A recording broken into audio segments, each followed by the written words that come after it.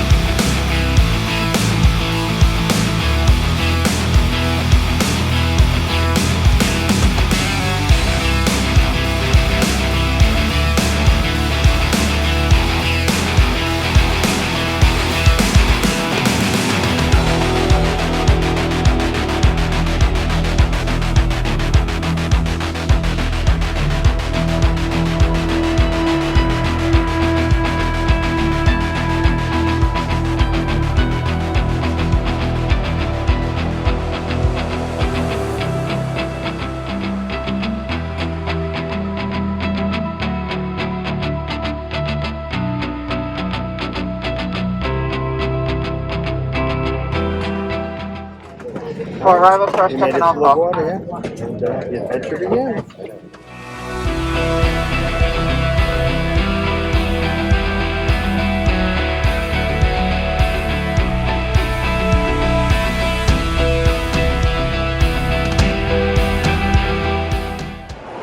Alright guys, we're off. We're here in LaGuardia in New York City. Flight was good.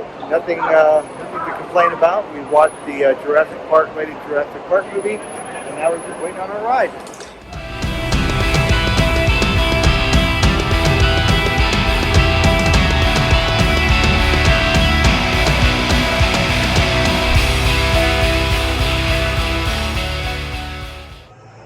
Hey guys, Aquaman here, and good morning from New Jersey. I'm actually at the home of a comic creator, a guy named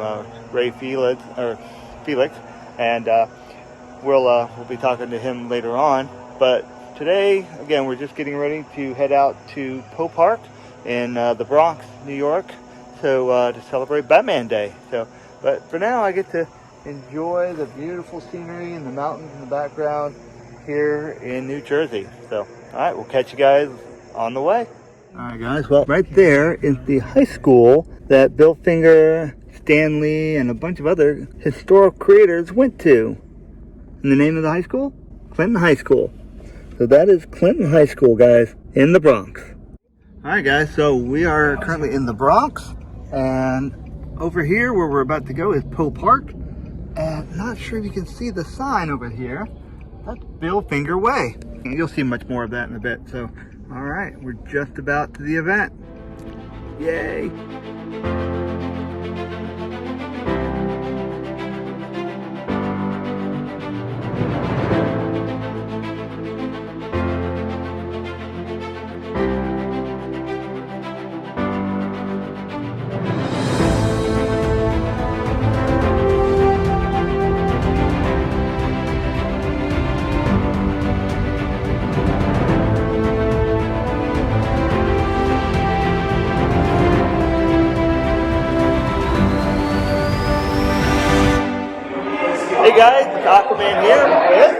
Shannon. And, Let me accustomed. and we're here at Batman Day in Hope Park, and he happened to bring a copy of the book that he wrote, and I got to help sign that today. He hadn't gotten a sign from me, and so it's been awesome to meet him, along with all the other great people that we'll see here today in Hope Park. So, And I grew up around here. I grew up 3 blocks that way. well, there you go. So, part of the Bronx. Yeah. Yep. So, awesome. All the great people here today, and thank you so much. Thank you.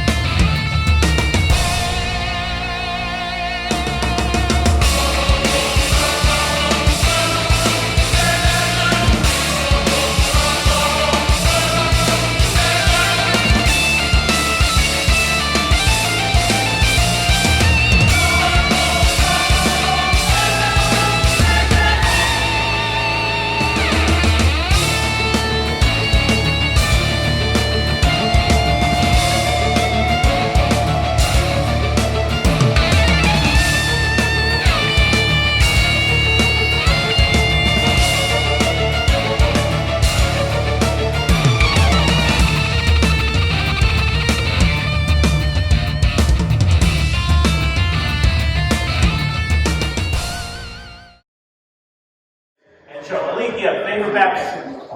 After we enjoyed the Bruce Tim animated the whole thing. Right. In fact, I rewatched it to see if it, stands up. And yes, it does. I think so. They're flat now for sure. But Bruce Tim is an iconic, really one of the true, probably the top 5 really exception looking Batman. Those backgrounds. But as far as what solidified it for me was watching The Dark Knight with, Christian Bale. Right. That was just like so perfect. And now that I've seen the Batman, I had to go back and watch The Dark Knight. This is the same movie. Right. Almost scene for scene. So it's like that's why we like it so much. True. Except the score, just like it put me to sleep twice. But I still like the movie. Yeah, But I sure. right after. That's because I don't sleep very much. And I had to go see it. But yes, those were like the time. Right.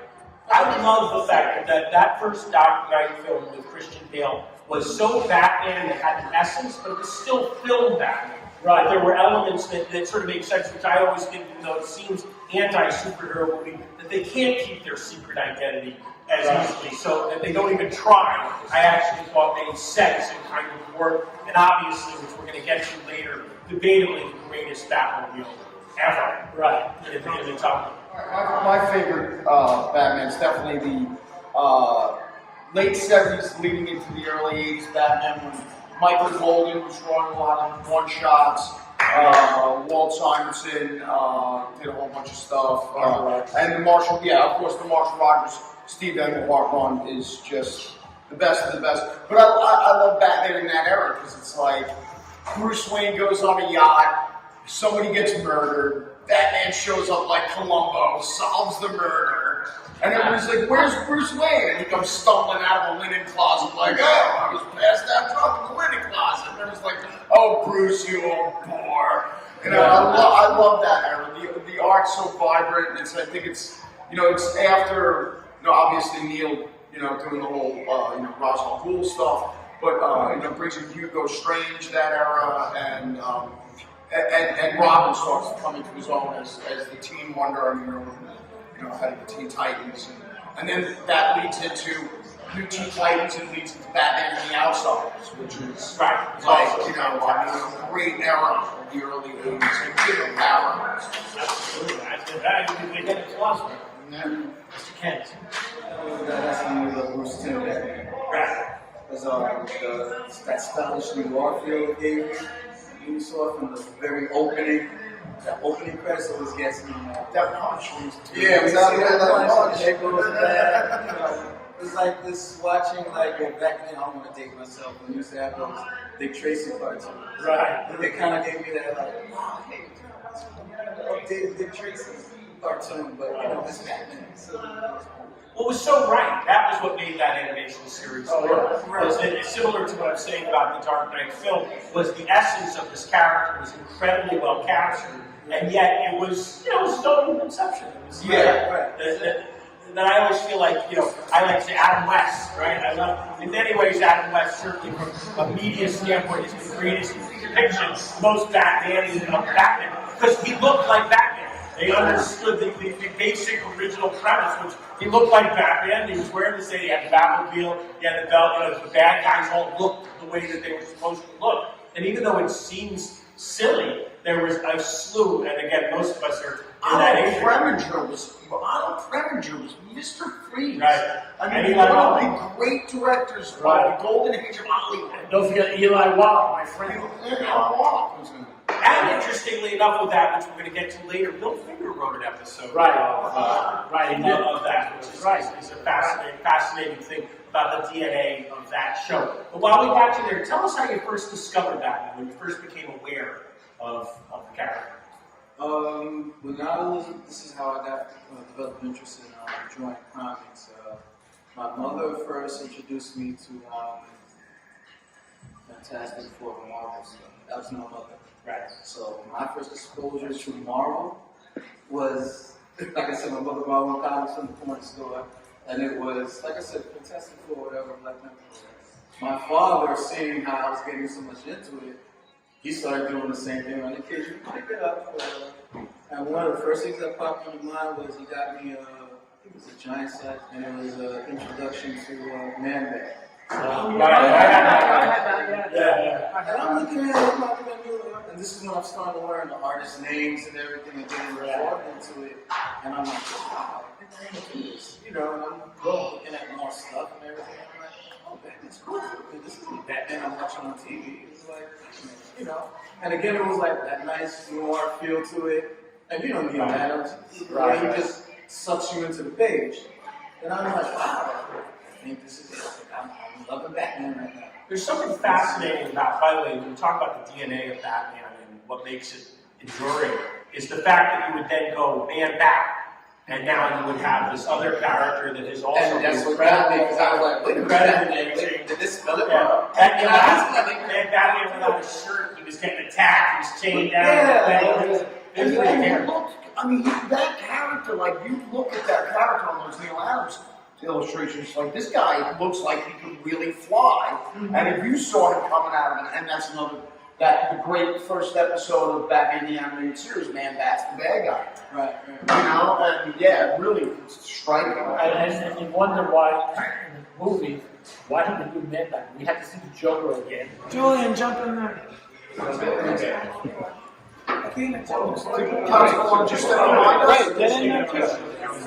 thanks for all standing together.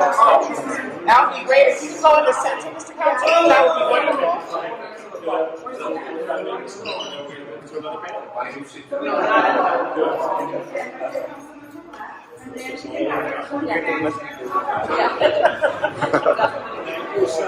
be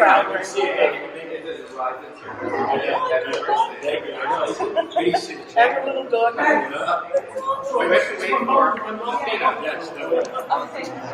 So can I get you gentlemen to go on that side? That would be just Bad timing, huh? Wonderful. All right, I think I'm going to just move over just a second so I can get to the center. Wonderful. Very nice. Big smiles. Everybody say Batman. Batman. Wonderful. Thank you. Thank you guys. I appreciate it. Thank you. And we're going to talk about, I guess it's the new book. It's a new book, The new comic, which is called Bill Finger. And my French isn't very good. I had it, the man behind the myth, is that right? The man behind the mask? The man behind the myth, yes. The man behind the myth. Bill Finger. Right, exactly. And Julian, I wanted to start with you. I had said this before. So let's talk a little bit about why. What was your motivation to get involved with this? Well, I mean, it goes back, as that the Bronx is like a place of inspiration. So I did nearly a decade ago. It's maybe it's been more. This book here, Get a Brother, which tells the story about the gang in 1971 that kickstarted hip hop. Right. It wasn't my first graphic novel project in the Bronx, but the Bronx had been also for me as a photographer. Inspirational area. I did like a exhibition in 2007 or something on like Jewish heritage in the Bronx. Yeah, I remember.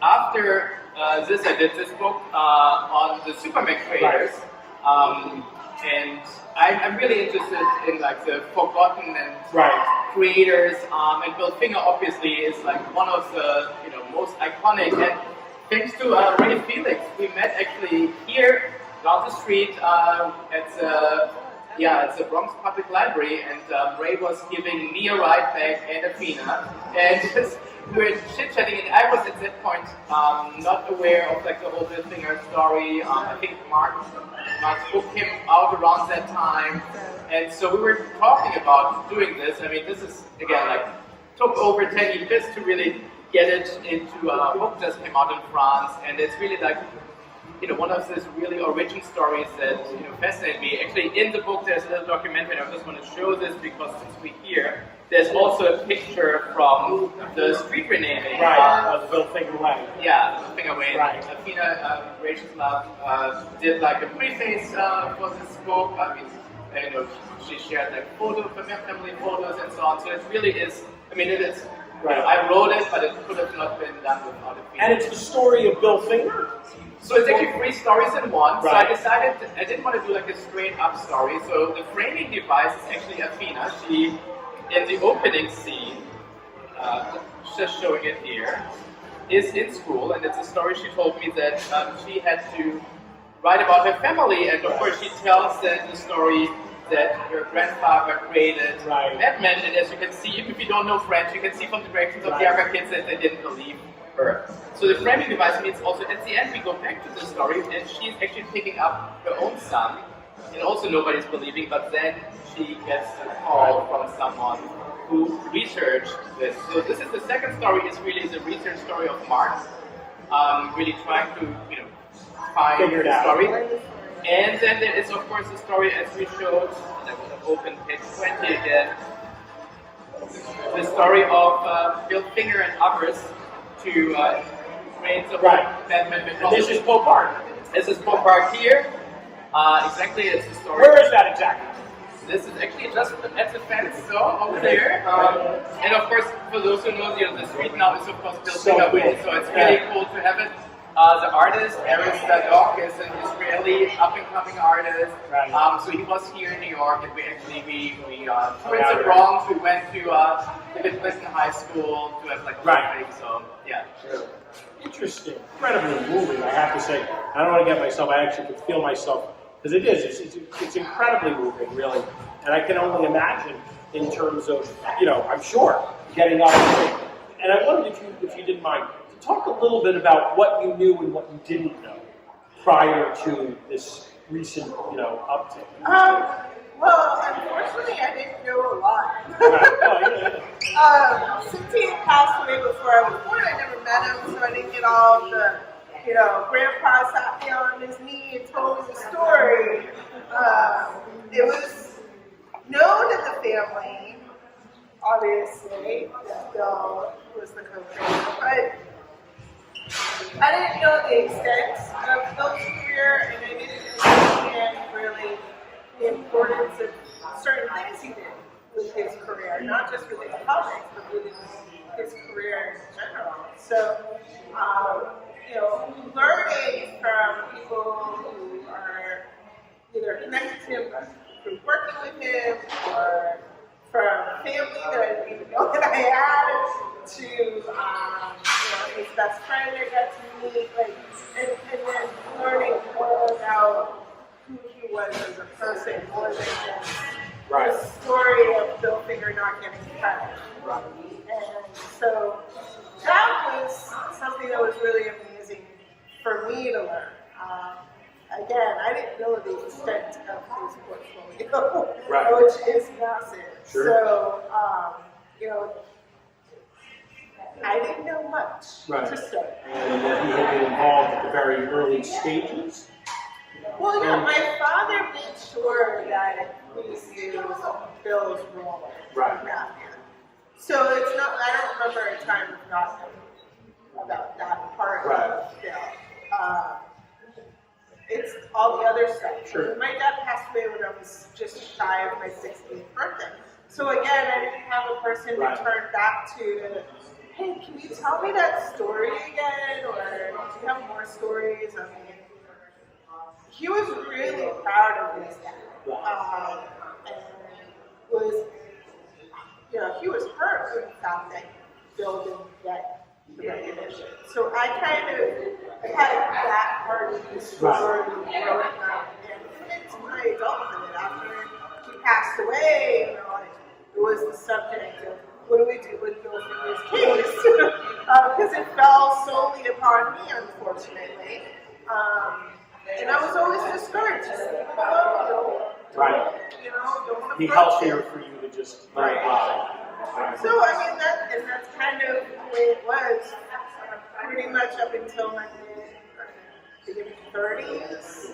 I really didn't pursue it. In fact, I didn't know people knew about my grandmother. Right. I was so outside of that culture that I didn't know that people knew the story. And is it true, and to use it, I know better words, but emasculating, to be the victim of something that seems unjust, and to not have, you know, to be living in a world where things are going on around you and are not, you know, seemingly fair, and you're not, you know, in a position of strength to be able to push back on it, is the kind of thing that I'm sure is a family scar. It was, you know, and it even carried down to my son a little bit. Right. Not until after Mark's book came out and he had something tangible to show to these, you know, elementary school kids that, you know, like, my great-grandfather really did this, and, you know, look, this is my dog in the book. Right. It always comes down to our dog, Bruce Wayne. But I mean, so it was nice to have that transition within my lifetime for my son, and for, you know, my mom got to see it, and, you know, she did try to help my father kind of navigate this whole mess. It was just really was a mess with DC and having, you know, get some kind of recognition. So it was nice to have a good resolution. Sure, going to get to it. But I do want to talk a little bit about sort of contrasting your book, Ghetto Brother, and this. You know, you had said before when we were talking about wanting to shed light on the unknown, things, stories that were not.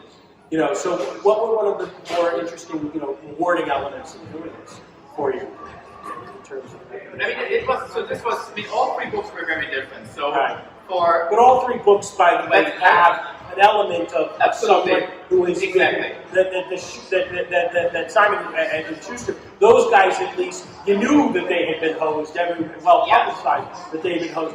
Benji was forgotten in history, and Bill erased in a way that's we're going to get to, but it's staggering. So there were also, I mean, just in the process. So Get a Brother was mostly based on interviews with people. Joe Schuster was really like a research in like archives. I mean, Columbia University had like letters by Joe Schuster, and here it's really a mixture because I on the one hand, of course, you know, there's a tremendous research that existed online. Mark's website, you know, has a lot of the stuff, but there were also interviews with Athena and Mark asking more about the process, and I was more interested about like the little anecdotes. And you know, for instance, when you just mentioned here, so Bruce Wayne, obviously Bruce Wayne is there, and we have like as much as we were allowed to do, like the shadow, like this with the ears. I mean, we had actually much more. You saw an earlier version of it, but then the senses were like, yeah, we don't want to get sued. So, but I think what, in a way, you know, there is a happy end with you as a granddaughter, which is great because there is a late recognition. But as someone who's also a writer, it's sometimes a lonely, frustrating process, the writing. And of course, it's sad. I mean, he died, you know, around the time I was born, so he never actually saw the late recognition which is kind of sad, but it's great that you and your son and so on, this lives on. So that's definitely great. But it's like the idea of like the unsung, the forgotten heroes. I've been working on a book on LDS. A little bit about what happens after all the discovery, because you've had a pretty good. That's how we know each other. Is you're out in San Diego all the time. You now have a platform that's been sort of built up. I was very private before Mark approached me about writing his book, and he kind of protected me in the beginning. Because he knew that I wasn't part of the culture and I didn't really know anything. So, it was a little bit later on. He wanted to wait until his book had a little more substance and was about to come out before he revealed to the world, which is such a weird concept to me because DC has always known about me. It's just that I wasn't going to conventions, so the fans and people in the industry didn't really know about that. It's been a wild ride for me. Right. So you're becoming your own superhero, exactly. Right. That's you. That's you.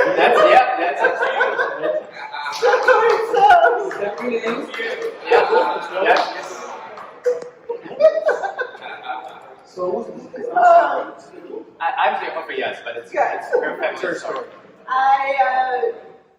I came to terms with the fact that I knew that I had to become the public face. And so when Travis Langley had approached me about the 75th anniversary, Travis Langley is a psychologist, professor, and wrote a book about Batman psychology. And he said, listen, I have a way of bringing you into the convention scene. Do you have any interest? And I'm like, well, I should probably start making some kind of appearance. We were in full momentum with the case at that time also. So we felt that it was important for me to get out there and start telling Bill's story and really pushing for the credit and things like that. So, San Diego was my second event I ever went to, and I was completely overwhelmed, but in awe and super happy to be there.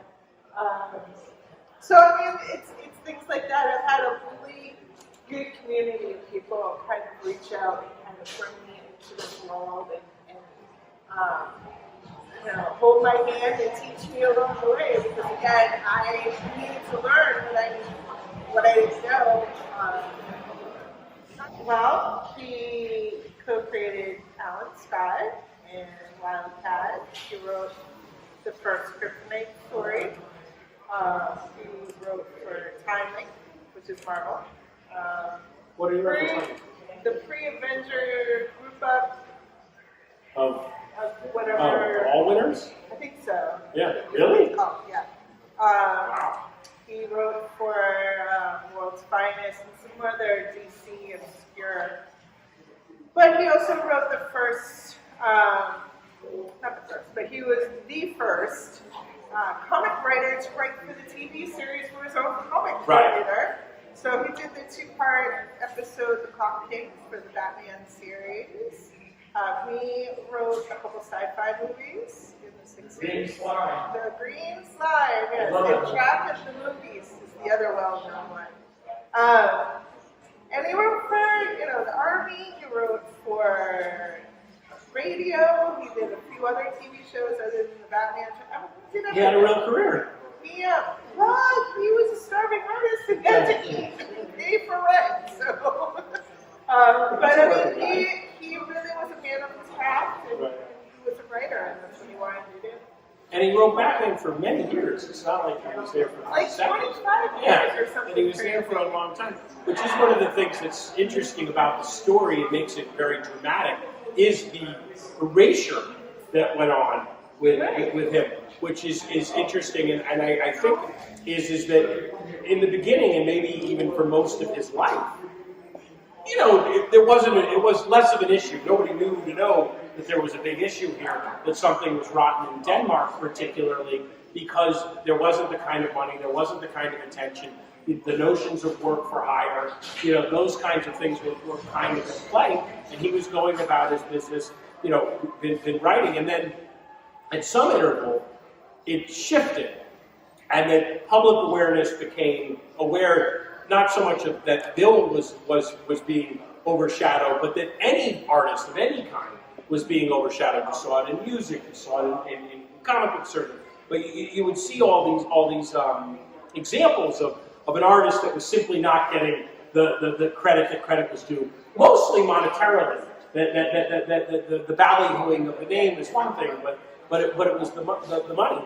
And at that point, if I understand correctly, and I assume it's in the book, is that Bob Kane, in his later years, began to sweep it under the carpet. That there were some forgeries that went on, there was some more active lying that went on, as opposed to the original, which was more of a benign, well, what's the big deal? Instead of truly honoring the people that facilitated him becoming famous and recognized. Without his previous work relationship with Bill before Batman, he wouldn't have gotten the same thing without having Bill to go to about Batman. And to call Bill a liar and say that he didn't do anything with Batman, basically, was really sad. Like, he felt the need to exclude somebody who was so influential in that character. I know that people around Bob knew the truth and didn't really believe the hype, or they kind of just, let him believe what he wanted. Right. But knew really what was going on, but didn't know what avenues to take for Bill. And somewhere along the lines, if my memory serves, is that there was, in his autobiography, he gives Bill credit, which then later became a factor in your case. Which, because of Tom Andrea, got into the book. Right. Because apparently the first draft was just... Me. Yeah. Right. Not factual. So, Tom was his ghostwriter on that one. And was like, no, you need to include Bill here. We can't tell this story. It's not a fact. Right. You're writing fiction. That's when he admitted, the role and the contributions, and yes, like you said, that became a factor in the case. Well, because he said it himself, right. So that kind of contradicts everything else that he's been saying for 7, 8 years almost before that. Not that long, but No, well, to some degree, which is I think interesting, is that for a while there wasn't anything to necessarily think was wrong. That there was a moment where it became monetarily a problem, visually a problem. Your awareness, sort of like my mother. My mother used to have a fur coat, and she didn't think much of it. And then at some point, public awareness changed, her awareness changed, and suddenly she knew better. And then at that point is where I think we sort of, unfortunately for his legacy, that there became a, that right up to that point you could have said, oh, well, who knew, but now that we know, let me fix it. And instead, he doubled down on the lie. He did. He really held on to his story, which was the story and not the truth. Again, coming into the culture and seeing that there was a movement that the fans really did want to see Bill's credit in its proper place. So a lot of that, was motivation for me. Because it's one thing to do it for your family's sake, but when it's something as massive as a fandom that's around the world, and they're crying out about this injustice, and if I can do it, I guess I better do it. Put on my big girl audience. But you were lucky because you had, as you said before, you said it, you had good people around you, not the least of which is your sister. Yeah, her specialty in law school was copyright, so. That's right. I had an attorney for a while who actually worked with the Siegel and Schuster family, and he was not making any progress. So my sister and I kind of regrouped and said, well, what can we do about this now? Because we really need to do something. And so I fired him and hired her, and she had the right avenues, and we were able to find the Artist Council in Massachusetts through her connections, so they were able to work with us pro bono to get us at least started with the case and approaching DC. And then that just went from there to another person, and then we got it done. So she was the one that was really able to navigate that whole side of it. I know nothing about that. But it's huge. It's totally. You have a family member that's a lawyer. It's money. It's what you're running against somebody that's very big, very powerful.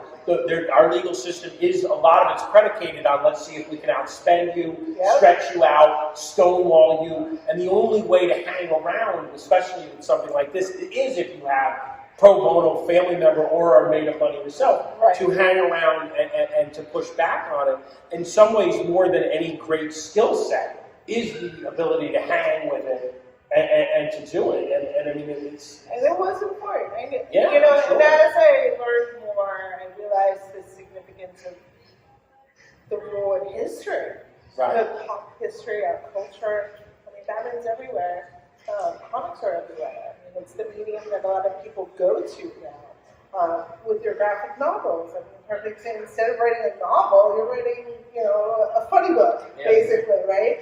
But it's been such an ingrained way of communicating in our society now that Bill was a big part of that. Sure. This is important for me to make sure that this gets resolved, so it's not the big unresolved mystery of, of comics. But also, one would hope that the narrative, which I'm always really interested in, a whole new life, that it's still very early in this story, that they're increasingly, I do think people, to say who created Batman. Bob Kane is the one that's now going to sort of fall into the background, and Bill Finger's name will move forward with it. So I'm interested to hear you both talk a little bit, if you would, about where does this narrative go from here? What are some of the repercussions in terms of, you're talking about the shoulders that you stood on for people, that, the cases that enabled you to move forward. Where do you see some of this legacy, of this story, 10, 20 years from now? I mean, the big thing that I have talked about with this whole process is really creative rights and advocacy for patent creative people are being protected, protect your creations, your writings, whatever it is, because,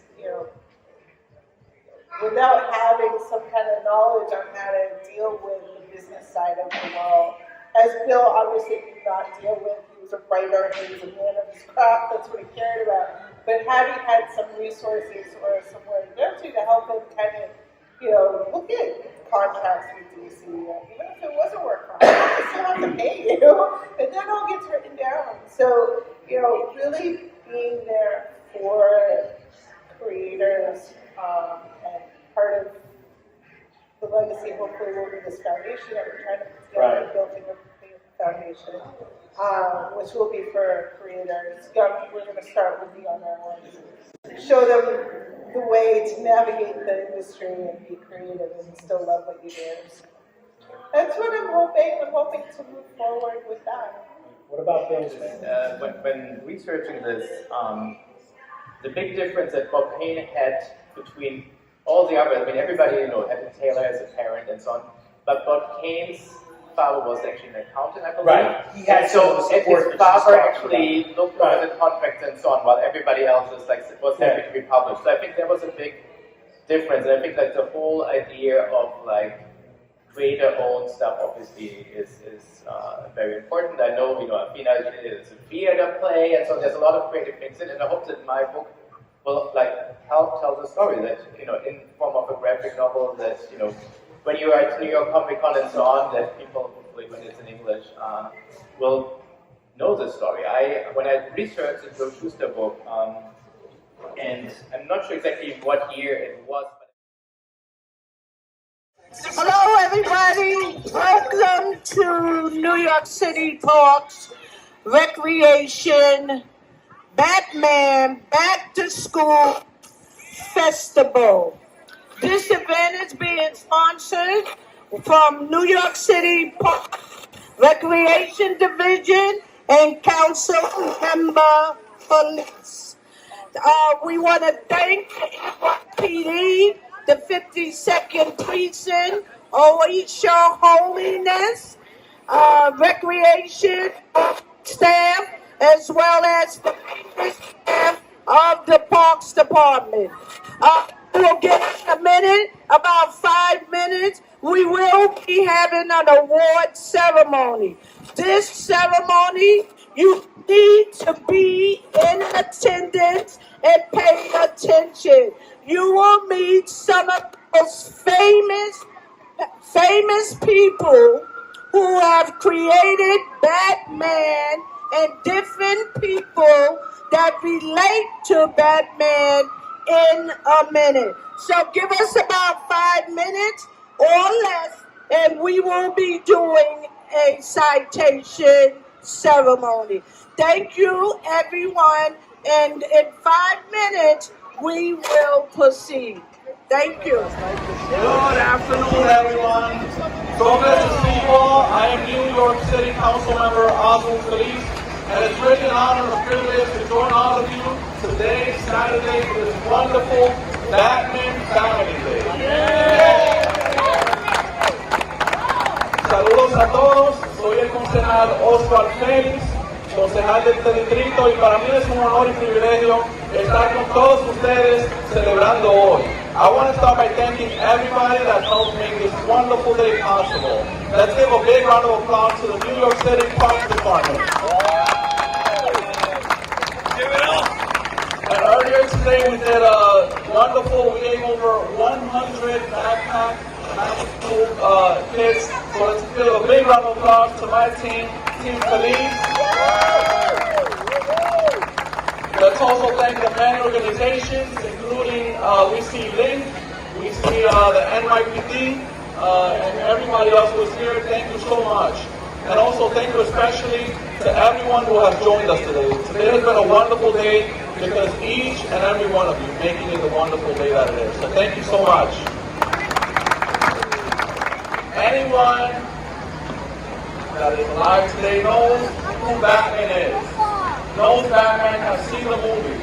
Anyone that grew up in the 90s like I did has so many wonderful memories of the different Batman movies. And that didn't happen on its own. That happened through the hard work of many artists, many who have joined us today. So today I want to thank all of you for your work, for your sacrifice. I know you don't put together wonderful movies and wonderful comic books and wonderful art from one day to the next.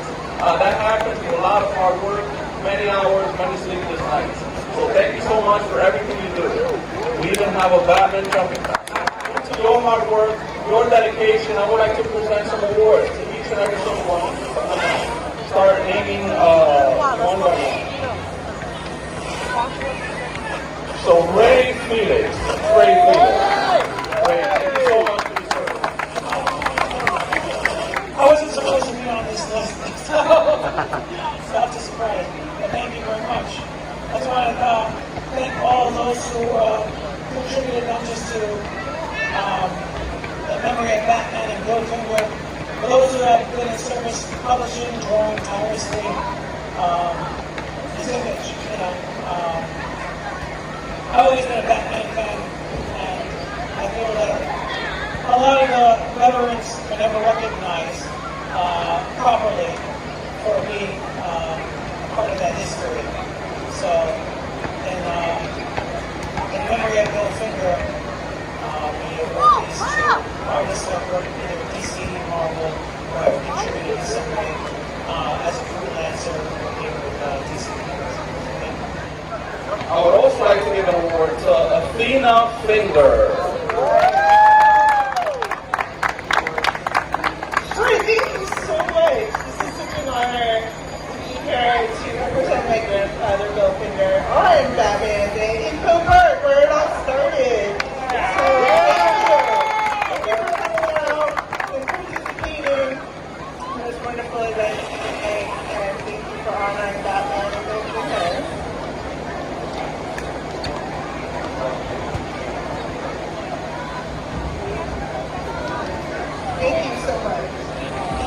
Thank you and congratulations.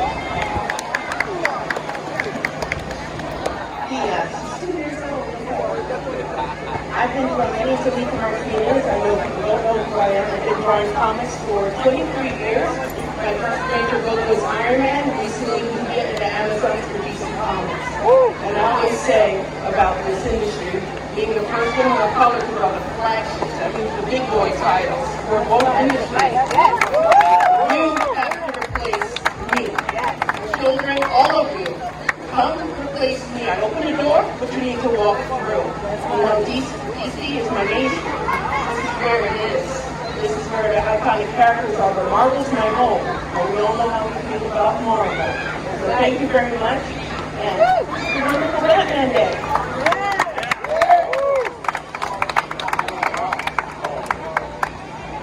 Thank you. I didn't expect anything like this today, Catherine. And as I say, I'm from the Bronx. I was born in the Bronx, Fremont Avenue. I went to Cardinal Hayes High School with George Perez, if you ever heard of him. Helped him get into the comic business. When I worked at DC Comics, I worked on the Superman movie, worked with my friend Matt Gusman, who produced the Batman movie. And then also, I helped get his first gig, Frank Miller, who both did The Dark Knight, and everyone knows who Frank Miller is. And he still owes me $40, but I'm very happy to have helped him get his start, and you know, he did a lot to change the whole focus of Batman. And of course, my friend Felix, we're doing the Bronx Heroes together. So, again, as Lita said, you know, I'm an old guy, and I want to try to help young people get in this field, the art field, etc. And you know, anything I do, I can do to help them, I try to do. So hopefully, the councilman and the city of New York, maybe Mayor Adams, we can get a statue of Batman here someday. That's what we want to see, the Batman where he was born. And by the way, Gotham City originally was based on the Bronx. That's right. Oh yeah. All right. Okay, thank you very much.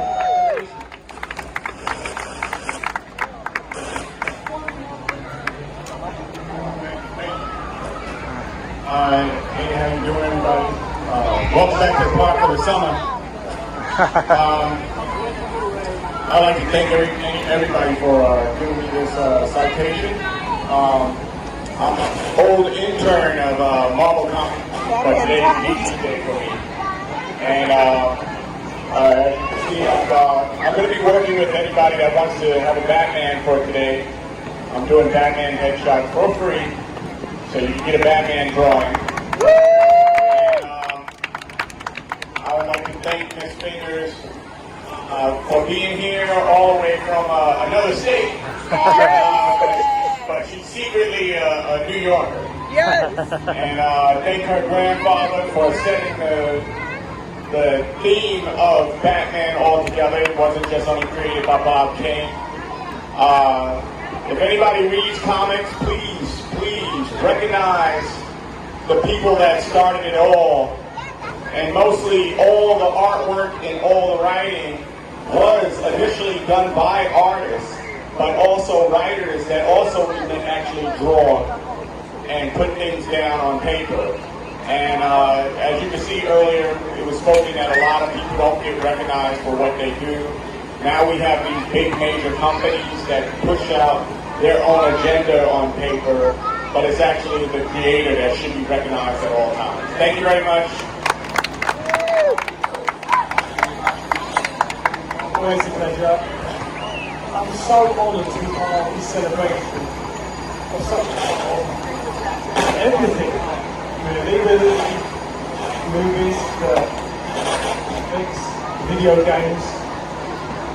I don't know, it's a great icon. I'm so glad to play such a tiny part. And I love the Bronx and I love Batman, so there you go.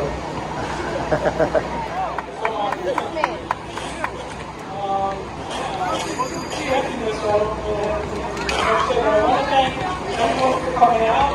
I want to thank Red Force for allowing me to be part of this exhibit. I want to thank my character, I'm a big DC Comics fan. That is up there one of my top characters. I just love that I'm part of this novel. That you guys are out here enjoying the day with us. Thank you. Thank you. Well, I'm here. Actually, special event this year. I remember a few years back when with Athena, we were here for the street renaming, and on page 22, we talked about the to show this year. Hopefully next year, only in French, but hopefully next year, because it's important to remember the creators. And this is the origin story, the real origin story of Batman. Thank you.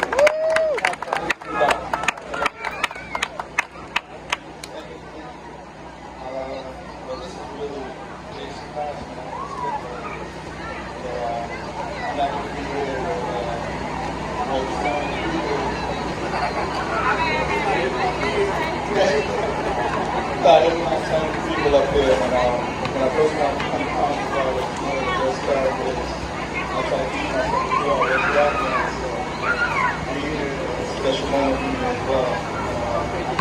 Batman for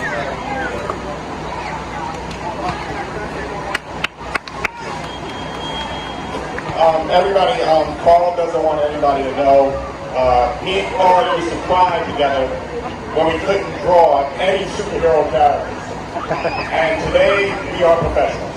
Yeah. That is true.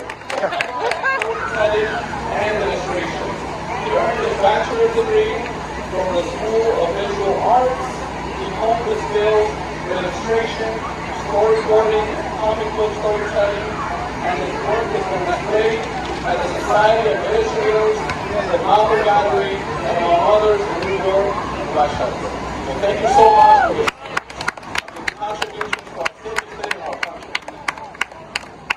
I just want to say thank you very much for everybody who came out today. I think today is a day for creators and the artists.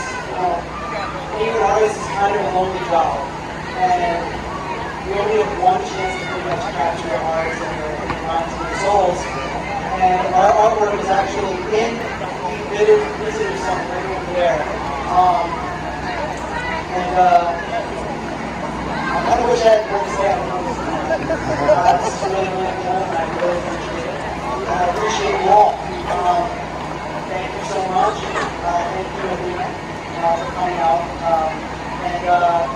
I've been reading comics my whole life. Batman is one of my favorite characters ever. I just feel like I've seen that. But anyway, guys, I hope to see you all in the future, and thank you so much.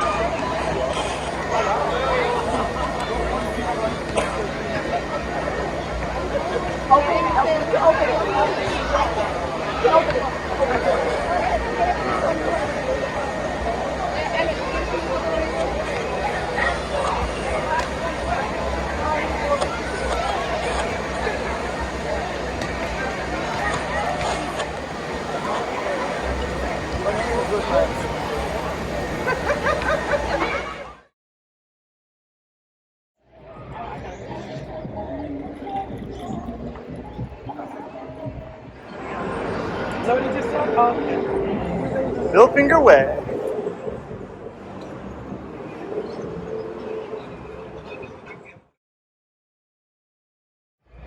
Hey guys, so an interesting fact about the Poe Park is the fact that they actually have Edgar Allan Poe's house here in the park, and that's why it has the name Poe Park. Now, the house, unfortunately, is under bad disrepair. Otherwise, you used to be able to go in and actually tour the house, but this house wasn't even here originally. It was actually a few blocks away, and they physically lifted and moved the house to preserve it here. So, kind of a historical fact about Poe Park. So not only did it have Poe here, or not only Bill and Bob, it also had Poe. Hey guys, I'm here with Ray Felix, and he is the artist we've been staying with, and I want Ray to tell you guys a little bit about himself and the kind of work he's done. Hi, I'm Ray. As Rich said, this is the operations of Bronx Heroes. This is where all the magic happens. What we have here is, I surround myself with a lot of different art from past shows that I curated, and we work on comic books. Right now, we're working on, which was part of a Kickstarter, the Punchline Volume 3. So this is issue number 10. And working on some of that stuff. This is a picture by Paris Cullens did the layouts. He's known for Blue Devil and Power Man and Iron Fist and a bunch of other books, The New Gods. And I started inking it. So a lot of different projects going on, And what are some of the characters you've created? The Bronx Heroes consist of Black Power, which is like an alternate reality of Muhammad Ali, but his name is Muhammad X. It's like an alternate universe. We have the Roach. His name is Lazaro. It's about a guy who, it's almost like a Kafka-like story, but in the superhero context. We have Heavy Traffic, who is a political demonstrator who goes to jail and learns all about the criminal underworld and then comes out and becomes like a vigilante to stop all the crime, all the operations of these criminals that he met in prison and kind of like destroy their operation. He planted himself in there almost intentionally to become an anti-hero. Right, exactly, yeah. So. And we have Red Rage, who is a Hindu god. And we have The World Without Superheroes, which is about superheroes in the Vietnam War. Oh, very cool, very cool.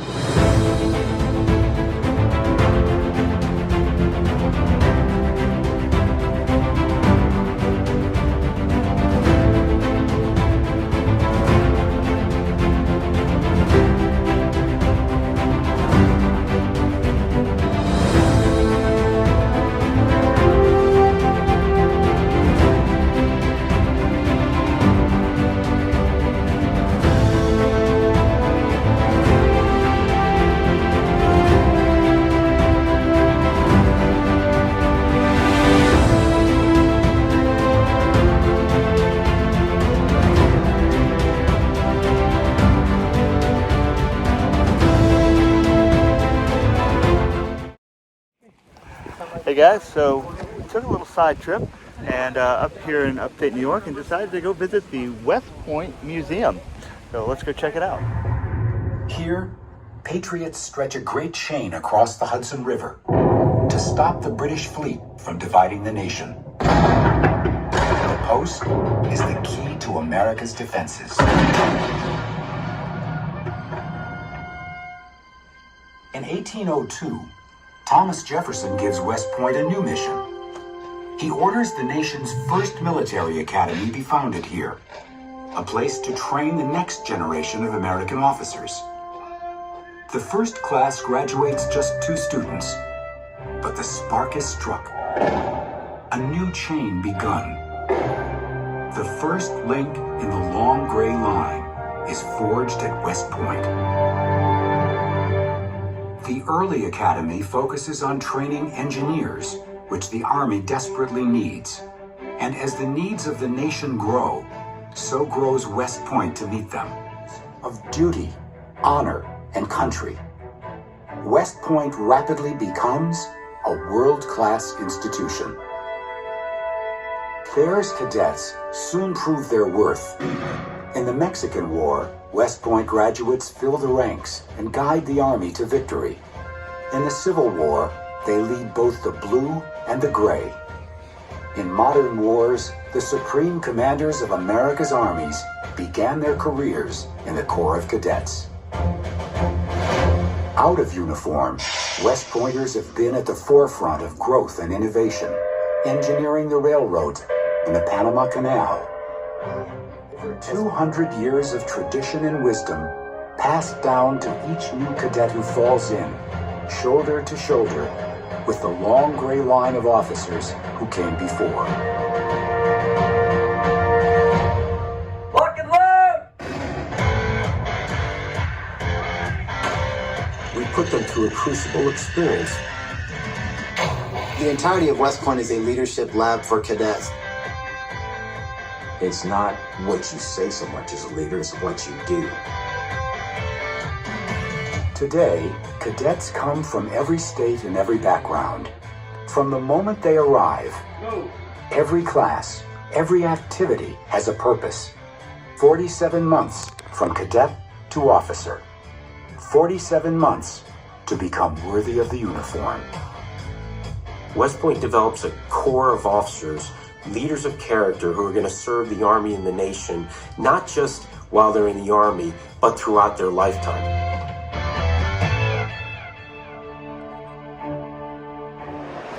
Hey guys, so we're inside the West Point Museum.